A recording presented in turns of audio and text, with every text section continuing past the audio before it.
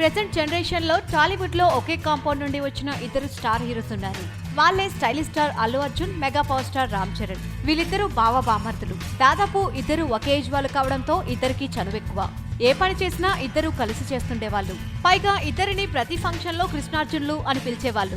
అంతలా అతుకుపోయి ఉండేవాళ్ళు. నిజానికి బన్నీ పై చదువుల కోసం విదేశాలకు వెళ్తున్నప్పుడు చిరంజీవి చొరవతో, ఇంకా కరెక్ట్ గా చెప్పాలంటే చిరంజీవి రికమెండేషన్ తో అల్లు అర్జున్ ని రాఘవేంద్రరావు గారి 100వ సినిమా గంగోత్రిలో హీరోగా ఇంట్రడ్యూస్ చేశారు. ఆ తర్వాత ఆర్యతో తనని తాను ప్రూవ్ చేసుకుని ఇండస్ట్రీలో నిలదొక్కున్నాడు. అలాగే చిరుతతో ఫ్లాప్ మూటగట్టుకుని కన్ఫ్యూజన్ లో ఉన్నప్పుడు కష్టపడి రాజమౌళిని ఒప్పించి గీతా ఆర్ట్స్ లో మగధీర అనే సినిమా తీసి ఇండస్ట్రీ హిట్ కొట్టించి రామ్ చరణ్ కి స్టార్ హీరో లీగ్ లోకి డైరెక్ట్ ఎంట్రీ ఇప్పించారు అల్లు అరవింద్.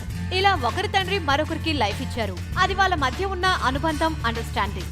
అప్పటి వరకు అంతా బాగానే ఉంది. ఆ తర్వాత అసలు కథ మొదలైంది. గీతా ఆర్ట్స్ లో తనకు కూడా మగధీర లాంటి హిట్ కావాలని అడగడంతో వినాయక్ డైరెక్షన్ లో మహామహులైన టెక్నీషియన్స్ తో బద్రీనాథ్ అనే సినిమా తీస్తే అది అంతా హిట్ అవ్వలేదు. అక్కడ బన్నీ కొద్దిగా ఫీల్ అయ్యాడు.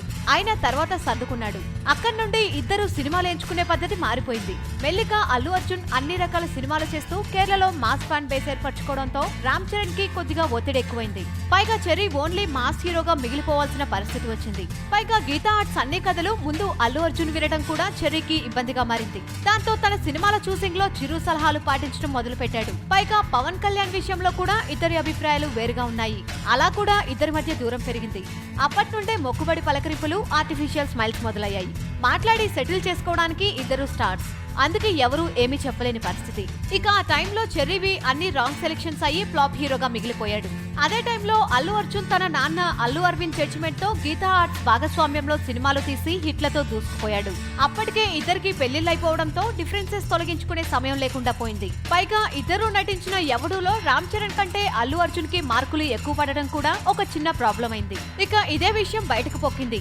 సరైనోడు కథను రామ్ చరణ్ విని రిజెక్ట్ చేస్తే అల్లు అర్జున్ విని కొన్ని మార్పులు సూచించి గీతా ఆర్ట్స్ లోని సినిమా నిర్మించి బ్లాక్ బాస్టర్ హిట్ కొట్టాడు. దాంతో చెర్రీకి పూర్తిగా నెగిటివ్ అనిపించిందట. అక్కడి నుండి రెగ్యులర్ గా కలుసుకోవడం, వేడుకల్లో పక్కపక్కన కూర్చోవడం కూడా మానేశారు. బయట ఆ మాటలు ఎక్కువగా వినపడడంతో అరవింద్ చెర్రీతో ధృవ సినిమా తన బ్యానర్ లోనే ప్లాన్ చేశాడు. అయితే ఆ సినిమా ప్రతి విషయం లీక్ అవుతుందని ఆ సినిమాకి పనిచేస్తున్న గీతా ఆర్ట్స్ పిఆర్ఓలని పీకేసి కొత్త వాళ్ళను పెట్టుకున్నాడు. వాళ్ళు అల్లు అర్జున్ దగ్గర మొరపెట్టుకుంటే అరవింద్ చెర్రీతో సిట్టింగ్ వేశాడు. అయినా ఈ ఒక్కసారికి ఇలా కానివ్వండి అంటూ సింపుల్ గా తేల్చేశాడు.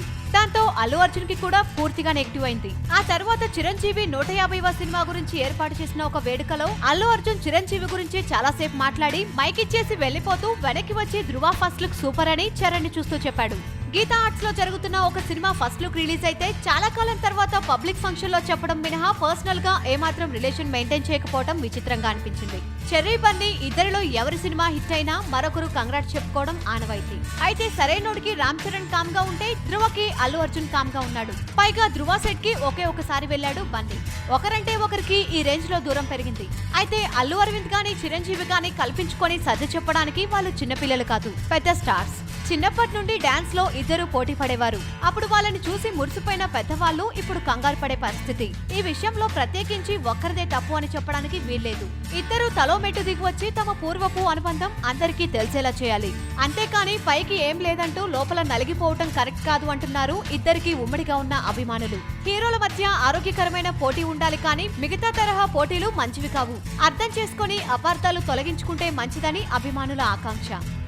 వీలైతే లైక్, కుదిరితే కామెంట్ పెట్టండి. ఇలాంటి ఇంట్రెస్టింగ్ బ్రేకింగ్ బిగ్ న్యూస్ మాకు తెలిసిన వెంటనే మీకు తెలియజేస్తాం. దీనికి మీరు చేయవలసిందల్లా ఇక్కడ కనిపిస్తున్న సబ్స్క్రైబ్ బటన్ ని నొక్కి సబ్స్క్రైబ్ అవ్వండి. అండ్ ఇంకో విషయం, పక్కనే ఒక గంట సింబల్ కనిపిస్తుంది కదా, దాన్ని నొక్కారనుకోండి మేము చేసే వీడియో అప్డేట్స్, నోటిఫికేషన్స్ అన్నిటితో మీ డివైస్ లో వాలిపోతాం.